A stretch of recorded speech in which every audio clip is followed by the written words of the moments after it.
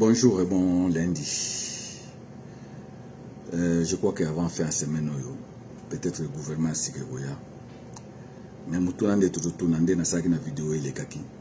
L'importance dans les années. Comme la Zoyo Castellon de Bazo Bakeno, voilà, la première ministre restera en place. Ce qui entraîne que non, le gouvernement a bien travaillé. Parce que le gouvernement travaille qui bien été. Le premier ministre a été calaté. Ce que le gouvernement a travaillé bien, ce qui entraîne que non.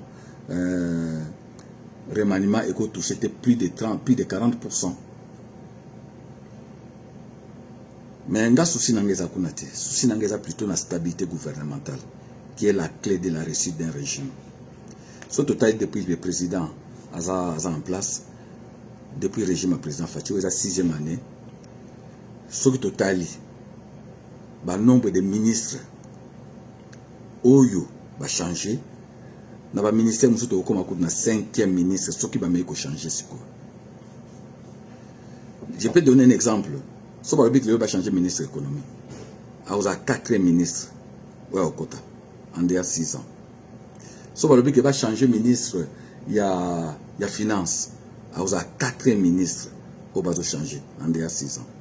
Si on va toucher le ministre, il y a santé publique, il y a 4e. On va changer.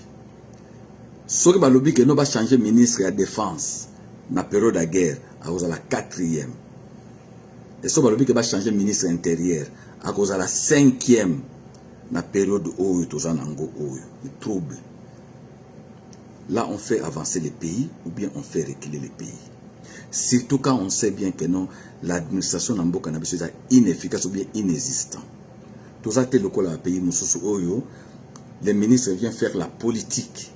Biso, ba ministre na biso, ba ça l'administration parce que document tout aux olinga. Oh bon c'est la ministre, c'est la ministre. Alors que dans la Belgique, on peut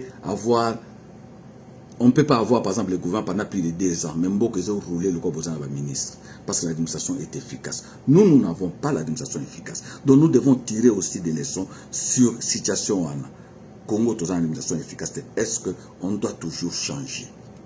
Quels sont les résultats? Bit et alignés. Est-ce que inefficacité ou bien la stratégie politique? Est-ce que stratégie politique et qu'on supplanter le bien-être de la population ou bien le développement du pays? Point d'interrogation. Ah, Wandeng Ezalibo, tout ce que tu as libéré président Tangozoaki, pouvoir. Pendant 6 ans, tout ça comme on a que les 2 premières années, ils ont eu tâtonnement, ils ont eu CRR rebelle. Beaucoup de présidence au Bimaboé, ordre de mission à présidence ici Bimi, garde rapproché, équipe d'avance, et c'est Panzani na réseau, lettre la présidence Bimi, mais aujourd'hui tout le monde dit que non, après 2 ans, 3e année, tout le monde dit que non, toi comment vous maîtrisez ma caméra. Ils appellent des gens de ministre. Réforme le côté belé. Tant que réforme le côté, les résultats on ne peut pas en avoir à l'immédiat. Et ça le quoi les lois sont bien armés. Sont total depuis Kabila Zalaki wana. Batikala formé sous barmete et faut écouter tout ça. Comment on pouvait avoir les mains bien? D'où ma caméra tu fais que ne mouke. Surtout que côté parler de la police depuis même après ça city. Oh réforme la police et la contacter. Ba police tout va vieillir tout ça. Ça doit prendre le temps que ba jeune baya. Token par exemple la finance, style lo digitalisation. Tout ce monde ango bazo chango que non ekende. Malem. Donc, tout ça, ça doit prendre le temps. Est-ce que faut-il qu'on change? Parce que, il y a incompétence à ma ministre, ou bien il y a déficit moko, il y a structurel, ou il y a des bases. C'est ça. Les lots, par exemple, par exemple, pompier na Congo, pas ça. Les lots, beaucoup de former les pompiers. Entre-temps, banda ko ekozika. Beaucoup de faute à banane. Donc, voilà. Nous devons savoir d'abord que ça d'abord la réforme. La réforme, ça prend le temps. Laissez les ministres, ou surtout les ministères clés, batika en place. Ndaku nyonso ezalakana babiloko esimba kayango. Gouvernement ya mama je dis ezal na ba ministère clé. Oyo bo préparer na bango ensemble. Lokola projet ya ko réaliser les 6 engagements na yo. Bato bazo maîtriser ngo bien. Yo moko ne muto kozana bilan ko présenter parce que na ba congolais On est dans un régime présidentiel, alors que tout est semi-présidentiel. Balien na yo, baza kunate. Balien no baza na ba calcul na bango. Ba muso ba comme ba candidat président de la République, d'où peut-être l'année prochaine, ba ko dia ko s'annoncer et comme a déjà papa. Gardez bateau monique baza fidèle na yo. Oyo boko ke na bango. Parce que bilan na yo, yangwana va faire porter dauphin na yo. Monsieur le Président, vous avez 73%. Moi, je suis un témoin oculaire. Mais on peut leur donner des explications de gauche à droite.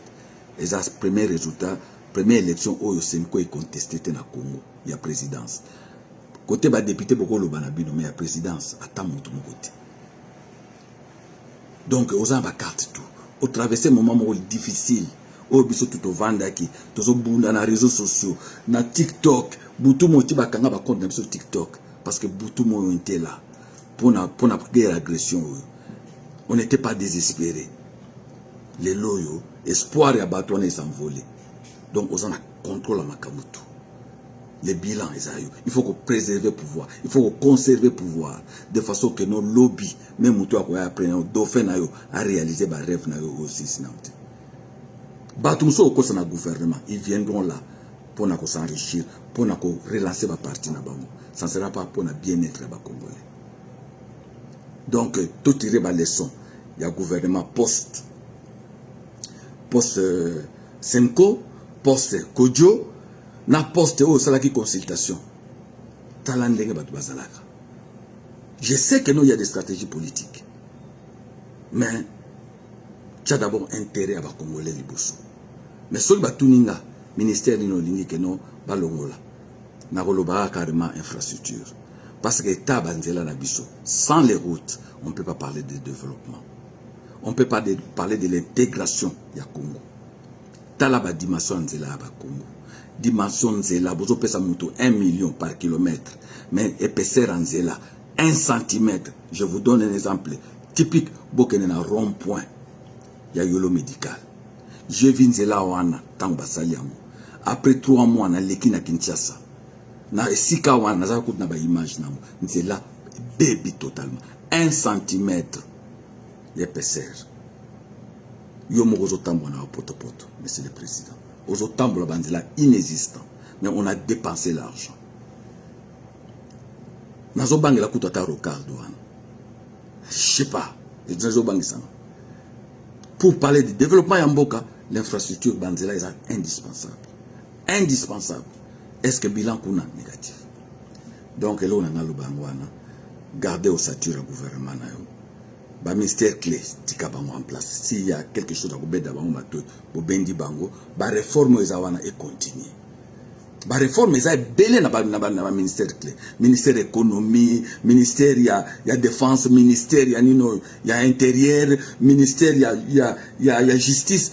Gardez le ministère clé dans ma boucle. Batu mususu oyo moni que non, voilà. Bazalaki un pied dedans, un pied dehors. Monsieur le Président, remerciez bango. Ciao. Naboni wa Congo, on est là. Ça va. Namelio na ngaya loba kwa. Ciao.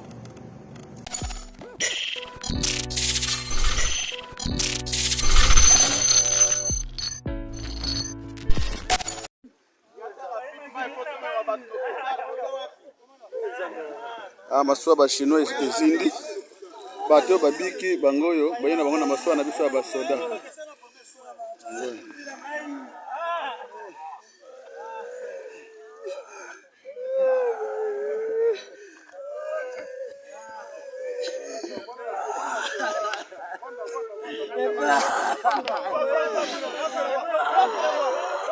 bato babiki bangoyo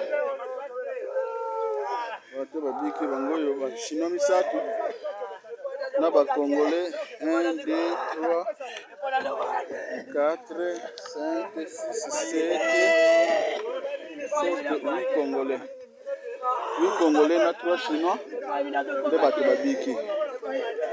1 congolais, 2e congolais, 3e congolais, 4e congolais, 5e congolais, 6e, 7e, 8 congolais na 3 chinois. Baonde bato ba sauver. Tuza aona libongo ya birode bauti ko sauver bango na vano oyo ya ba patrouilleur ya base. De bango bazali awa.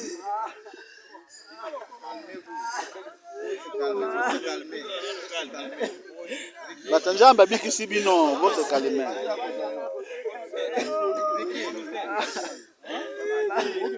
Njamba sauver bino boza la kimia.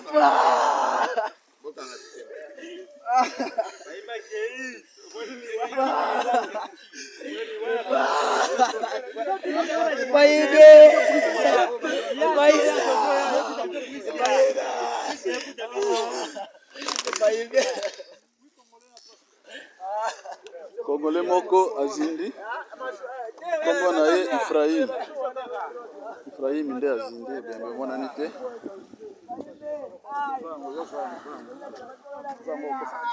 Congolais wa monani te nde kombo na ye Ephraim.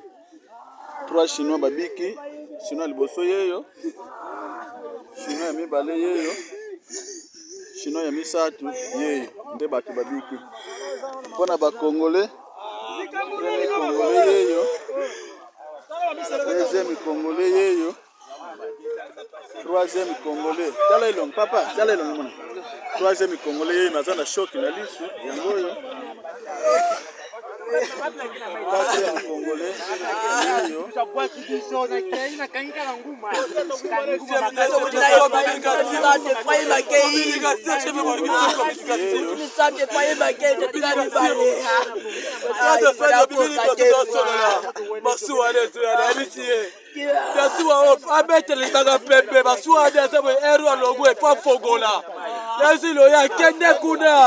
Oh, azala babo, azala tribo, quoi rien. Dès qu'il y a bête qui na babo na babo, maman va sous la bête qui va mettre trop tard. C'est que faut que ça. Et biso. Faut na bien capitaine abiso. Masu ezo ya moi maso bien ezo ya mai za mudene. Capitaine ameno comme nini? Loya, ye wana kuna capitaine wana loya. Loya, oh avani na mabele. Oh azala mabele kuna. Tozo ya boye masu mbele na tribord. Oui. Masuwa oya biso tala babo debi siele le capitaine de masuwa za boy pesa koto na babo ya tala tribord c'est que faut que bino moko communication santé toza la communication té to dege ya sa réduction trop tard a tout biso ya sibolo mitrai masuwa nyonso zindi nyonso tikale zindi oya kufa na Kongo Congolais la biso Ephraim la nungimbi Ephraim la nungimbi Ephraim yende mutakufi Congolais mususu ba sauver le col oui Congolais yeyo ah na capitaine ya demia Perfujos boni huitième Congolais ndeye sauver le col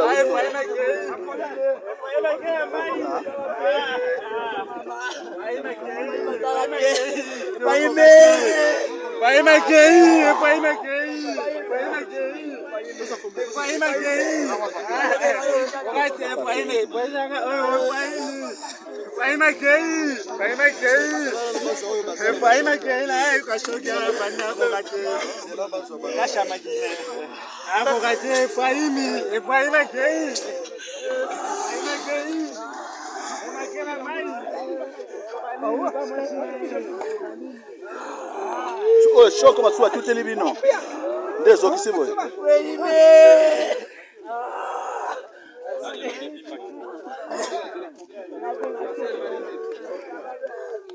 capitaine ya masuwa ndio yeyo capitaine ya masuwa capitaine